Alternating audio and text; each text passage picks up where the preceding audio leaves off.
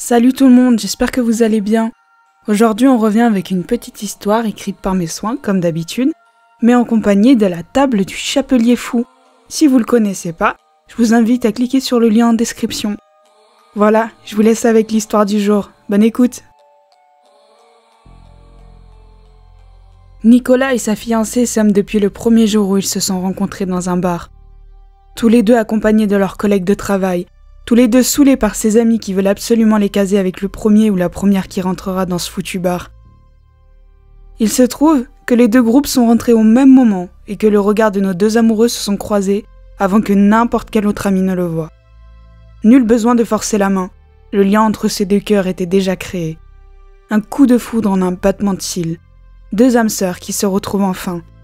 Peut-être un coup de Cupidon qui n'arrivait pas à les faire se rencontrer, que ce qu'ils appellent la chance ou un merveilleux hasard n'est que le fruit de plusieurs années de travail de notre ange bien connu. Étudiante en médecine et travaillant avec les enfants pendant les vacances scolaires, lui, maçon et passionné depuis toujours par ce métier. Son grand-père lui avait transmis ce goût du travail bien fait et l'envie de réussir dans une profession que l'on apprécie. Le jeune couple avait la même façon de penser sur tellement de sujets. Ils ne s'arrêtaient jamais de parler et très vite ont emménagé ensemble. Qui aurait cru qu'au départ, Ophélie, une fille d'une extrême indépendance et qui ne pouvait pas s'imaginer un instant vivre avec quelqu'un, même la colocation n'était pas une bonne idée pour elle. Mais voilà, avec lui, c'était différent. Ça s'est fait tout seul. Elle voulait se réveiller en voyant le visage endormi de son homme. Elle voulait s'endormir en sentant la présence de ses bras rassurants. Elle était même prête à ramasser ses chaussettes sales dans l'évier, à 2 cm de la panière à linge sale. Leur entente s'est renforcée plus que jamais après plusieurs mois de relations communes. Plus fusionnelles, plus à l'écoute, plus câlins. Vivre ensemble a été la meilleure décision qu'ils ont prise de toute leur vie. Bien sûr, quelques disputes venaient s'infiltrer dans leur couple de temps en temps. Des portes ont claqué, des cris ont retenti dans l'immeuble. Mais ce n'était jamais bien grave et ne durait pas plus d'une journée. Ils avaient pour code de ne jamais partir fâchés. Nicolas disait toujours « On ne sait jamais ce qui peut arriver ». Un soir, où Nicolas rentrait d'une journée très très longue de travail, un chantier épuisant qui n'en finissait plus. Depuis le début de ses travaux, il était fatigué et commençait un peu à déprimer car rien n'avançait. Sa fiancée décida de lui faire une surprise qui changea sa vie. Elle l'invita à se poser dans le canapé, malgré sa tenue de travail encore sale, lui dit de fermer les yeux et lui tendit un carton presque pas fermé. Il n'eut pas le temps d'ouvrir les yeux qu'il sentit un coup de langue sur le visage. Une petite boule de poils couleur neige lui sauta dessus et fit sa toilette intégrale. Les cheveux, les oreilles, le nez, tout y passa. Nicolas put enfin ouvrir les yeux après quelques minutes de coups de langue intensives et puis observer la beauté de cette golden blanche d'à peine 3 mois. Le visage du jeune homme se mit à être lumineux et souriant, ce qui n'était plus arrivé depuis quelque temps. Ophélie était fière d'elle, et une petite larme vint se former dans le creux de son œil. Redonner le sourire à son homme était une tâche qu'elle prenait vraiment très à cœur. Pas le temps de se changer que Nicolas décida de faire une balade dans le parc d'à côté pour faire jouer Nut. Sa femme avait tout prévu, un magnifique collier noir avec un badge portant le nom du chien, ainsi que les 2 numéros de téléphone, une laisse pour la ville et une longe pour le parc, sans oublier un foulard à la Renault couleur rouge. Sur son poil blanc, il rendait tellement bien, une petite boule de neige habillée. Le soir même, tous les 3 sont rentrés épuisés et affamés. Le temps de manger, de prendre une bonne douche, et tous s'endormirent sans s'en rendre compte sur le canapé du salon. Bien sûr que Nut en a fait des bêtises, en a sali des tapis, en a mangé des coussins ou des télécommandes. Mais c'était la force de Nicolas. Dès que ça n'allait plus, que le moral redescendait, il plongeait son regard dans celui de sa golden, et une force soudaine l'envahissait. Seulement, voilà. Un jour, un drame s'est produit. Un drame qui a changé la vie du couple, et ce pour toujours. 2 ans après que Nut soit rentré dans leur vie, nos amoureux s'entendaient toujours à merveille et s'aimaient encore plus qu'au premier jour. La petite golden avait bien grandi et était d'une beauté incroyable. L'été, ils aimaient sortir tard le soir, ou plutôt très tôt le matin. Passé les minuit, les gens ne sortaient pas à leurs chiens, et c'était plus agréable pour eux. Ils pouvaient faire de longues balades sans être interpellés régulièrement. Il était un peu plus de 1h30 quand ils sont sortis. Ils ont fait une longue marche, puis se sont arrêtés pour jouer. 1 heure plus tard, la fatigue commençait à se faire sentir. Ils ont donc décidé de rentrer, et pour ce faire, de prendre le chemin le plus sûr, là où ils croiseraient le moins de personnes possible. Mais en tournant en direction de leur rue, ils sont tombés nez à nez avec plusieurs individus réunis, comme une bande attendant la prochaine rixe. Armés de barres de fer, torse nu et taser à la main, regards fiers et torse bombés, comme des vulgaires petits coqs en manque de poule à impressionner. 5 personnes les dévisageant avec mépris et dégoût. La ruelle était sombre, les voitures circulaient que rarement, et le son des barres de fer tapant le bitume était glaçant.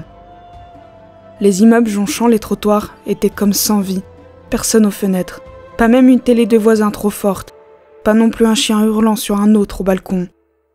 Derrière eux, une simple poubelle publique, aucune arme, pas même un bout de bois. De leur point de vue, on ne distinguait pas grand-chose, si ce n'est les individus armés. On ne pouvait que pressentir le danger, car la lune n'éclairait pas assez la route où ils avaient pris place. Ce n'est que par réflexe que Nicolas l'a senti, comme un 6e sens que ni Ophélie ni Nuts n'avaient prédit. Après avoir analysé la situation, en quelques secondes à peine, il a demandé à sa fiancée de rattacher leur chienne et a ordonné de la tenir fermement. Tout est allé très vite dans son esprit. Continuer d'avancer pour ne pas montrer leur peur et risquer l'affrontement, ou reculer pour éviter les histoires mais potentiellement se faire surprendre par une attaque par derrière. Finalement, il n'eut pas le temps de répondre à toutes ces questions. Ophélie tira la laisse, mais un son strident vint résonner sur son crâne. Un coup de barre de fer en plein sur sa tête. Incompréhensible, il n'était même pas à côté du groupe. Comment ça a pu arriver ? Nicolas ne comprenait rien, jusqu'à ce qu'il vit un homme sortir. Il était parti pisser à côté, et dès qu'il a vu Ophélie, il n'a pu se retenir de la frapper. La jeune femme gisait au sol, les jambes tremblotant, et du sang se formait tout autour de sa tête. La pauvre Golden aboya de toutes ses forces et fonça sur l'homme qui lui avait asséné le cou. Elle le saisit par le mollet et le mordit de toutes ses forces. Nicolas fonça sur l'homme pour empêcher l'inéluctable, mais il était trop tard. La barre de fer s'abattit sur la gueule du chien avec une violence inouïe. Nuts tomba au premier coup, mais l'homme ne s'arrêta pas là.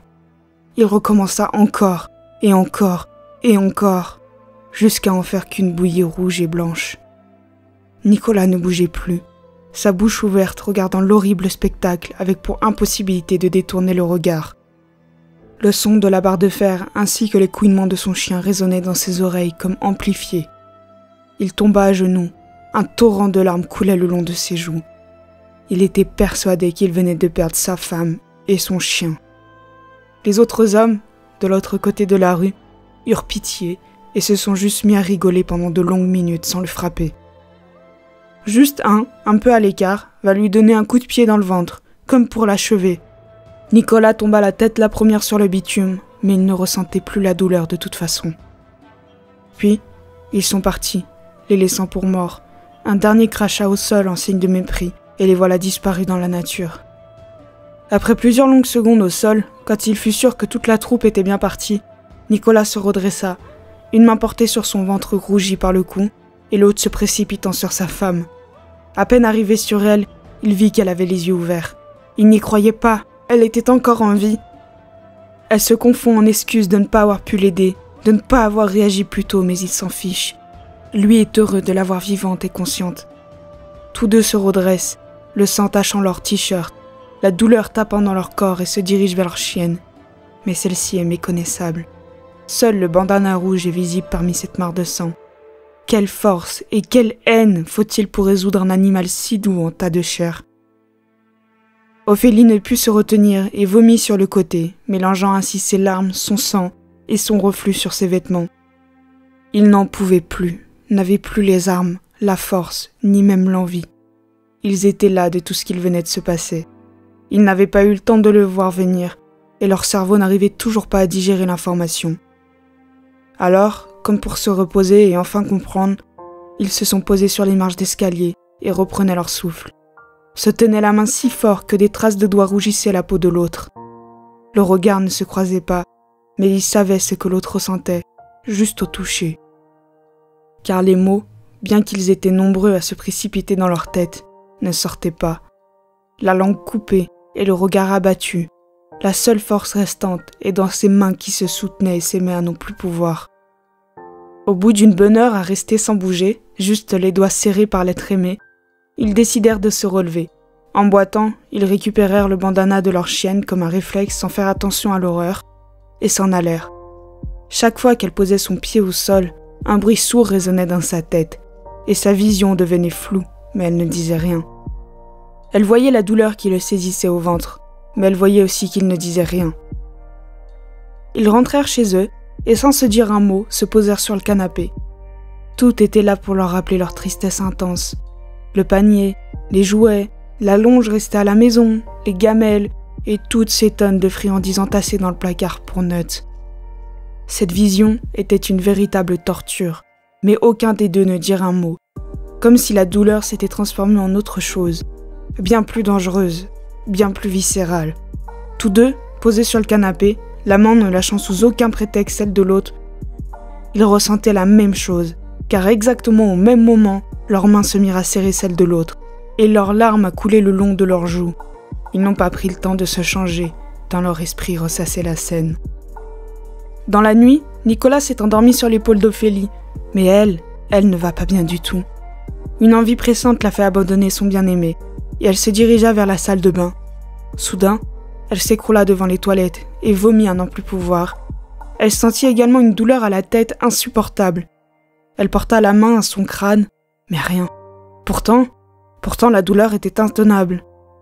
Elle se précipita pour prendre des médicaments quand son corps lâcha soudainement. Malheureusement, elle était déjà à moitié au sol et ne fit donc pas de bruit. Elle s'évanouit dans un silence sombre et pesant.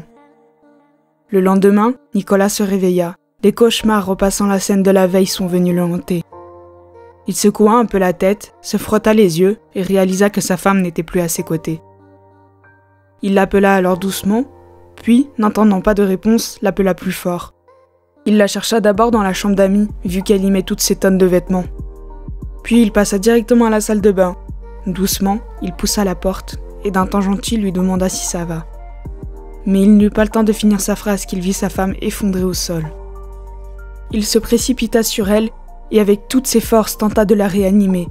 Bouche à bouche, massage cardiaque, mais il était trop tard. Le corps inanimé de la pauvre femme restait dans ses bras tel un mollusque. Durant de longues minutes, Nicolas essaya avec une volonté indestructible de la réanimer. Ses yeux commençaient à s'émouiller, mais il ne lâchait pas.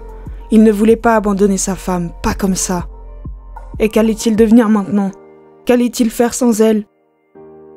Après ses efforts acharnés, il se résigna et appela les pompiers ainsi que la police. Le corps fut emmené et Nicolas interrogé. C'est le coup sur la tête qui a détruit la pauvre Ophélie. Mais aucun des deux ne s'était inquiété. Après tout, elle allait bien, elle marchait. Personne n'aurait même pu croire qu'elle s'était fait frapper. En rentrant chez lui, une haine incommensurable monta en lui. Ses yeux devinrent noirs comme les ténèbres et son cœur s'empressa de le suivre. Plus aucune morale ne faisait partie de ce corps, plus aucun remords, rien que de la haine et de la vengeance. La journée passait sans rien dans le ventre, les yeux figés dans le vide sur son canapé rouge. C'est elle qui l'avait choisi ce foutu canapé. Il n'en voulait pas, mais elle avait fait ses yeux, tel le chapeauté, impossible de résister à des yeux pareils. Cette pensée lui fit monter les larmes et serrer les poings. Elle lui manquait tant, son sourire, ses cris envers Nuts qui mange encore ses sous-vêtements, puis leur bouille à toutes les deux quand elles s'endorment ensemble sur ce même canapé. Ce mélange de tristesse et de souvenirs heureux lui broya le cœur. Comme un étau se resserrant sur lui, il n'arrivait plus à gérer ce qu'il ressentait. C'était trop dur. Il s'écroula au sol en position fétale et subit tel un torrent se déversant sur lui toute sa peine. Cependant, quand la nuit tomba, il se redressa, les yeux boursouflés, le teint presque aussi pâle qu'un clown blanc et les mains tremblantes. Il se saisit de sa batte en aluminium. Toute la nuit, il les cherchera s'il le faut, mais en attendant, il criera à qui veut l'entendre. « Je vais vous tuer! Vous êtes tous morts, bande d'enculés, je vous retrouverai !» Le tout en donnant des coups de temps en temps dans les murs ou aux objets qu'il croise. Mais lorsque sa haine voulut s'abattre sur une boîte aux lettres, il entendit les rires connus de sa mémoire. Il reconnut la voix de cet homme. Il releva la tête et les vit. Ils étaient 6, et presque tous avaient une arme dans la main.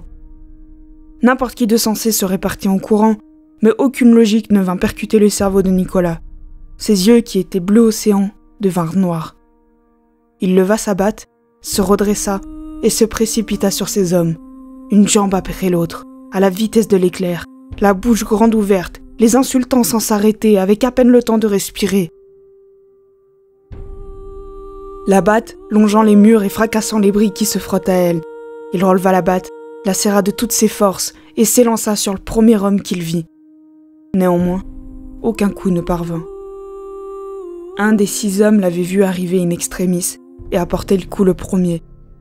Nicolas avait la batte dans les mains, il était à 2 doigts de frapper un des hommes, mais une batte s'est plongée en plein dans son estomac. La main de Nicolas lâcha la batte au sol, faisant retentir le bruit de l'aluminium contre le bitume. Du sang jaillit de sa bouche et aucun membre ne lui obéissait. En l'âge qu'ils étaient, ils en profitèrent. L'un le frappa à nouveau dans l'estomac, l'autre dans les jambes en plein sur les genoux. Un autre s'amusa à le taser, et pendant ce temps encore, un autre le frappa dans le bas du dos. Le corps du pauvre garçon tremblait de douleur, mais il n'arrivait même pas à se recroqueviller sur lui-même. Les coups étaient si violents que son corps se déformait. Des bouts d'os volaient en éclats et faisaient rire la bande de monstres.